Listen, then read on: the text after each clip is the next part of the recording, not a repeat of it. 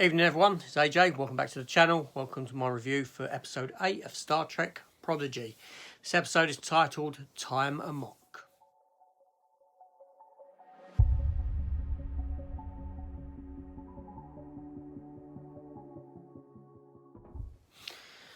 Okay, so this episode starts with the crew all inside the holodeck attempting to solve a puzzle, the age-old riddle of you've got a farmer, he's got a fox, bag of grain and a chicken. You've got to get them all across the river, but obviously the fox will eat the chicken will eat the grain, blah blah blah blah. So the crew decides that ultimately they can't work this out, they can't work as a team to solve it, and Dal decides to tell Janeway the truth, that they're not really Starfleet cadets, that they stole the ship, and all this sort of stuff.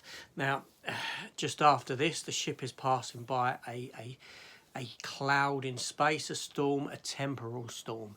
And what happens is, as the ship goes through, it gets affected by this purple pink wave that comes through the ship, and it separates everyone vanishes from one another.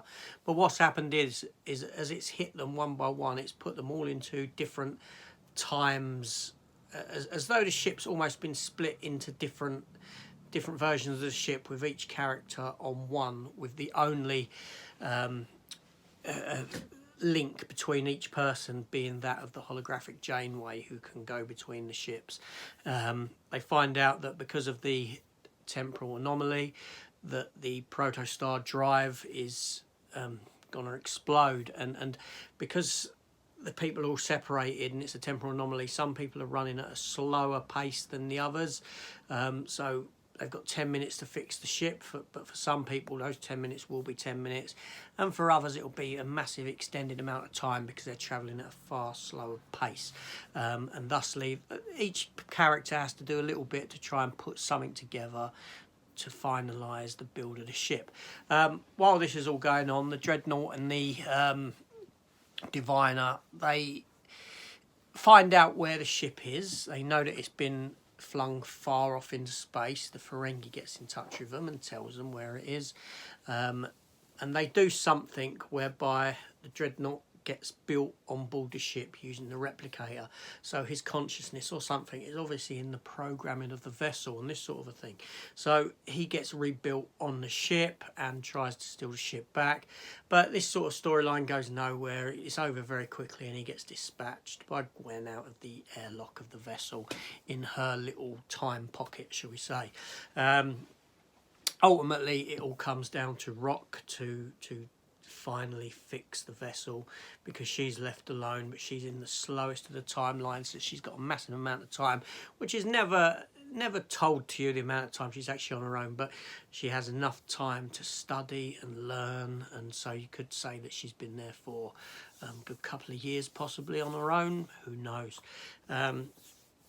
And then it all gets reversed and this sort of thing, and all happy ending and all that. So I'll be honest, when the episode first started and it was a time anomaly and I saw the ship blow up straight away almost, in the first little timeline, I thought to myself, oh my god, here we go, it's another Groundhog Day kind of episode, because that sort of stuff annoys me. But thankfully it went in a different route, and each person, like I said, were in their own little time bubble away from everyone else, and they had so long to try and put a piece of the puzzle together to fix this this predicament that they were in, kind of mirroring the situation they were in at the beginning. But even though they weren't together, they ultimately had to work together to solve little bits of the puzzle. So to be honest, it was a good solid 22 minutes. I thought that the dispatching of the robot was very quick, and but at the very end of the episode you do see that there is remains of the robot in a sort of pre-built stage through the thingamajig, the replicator thing, that and his eye goes red, kind of Terminator style, that he's still going to be a problem for them on board the vessel. So that's good to see that storyline wasn't just dispatched off in a couple of minutes. So for me, it was an enjoyable episode. The characters had a lot of growth between them, and they came together at the end. Obviously more so some characters than the others.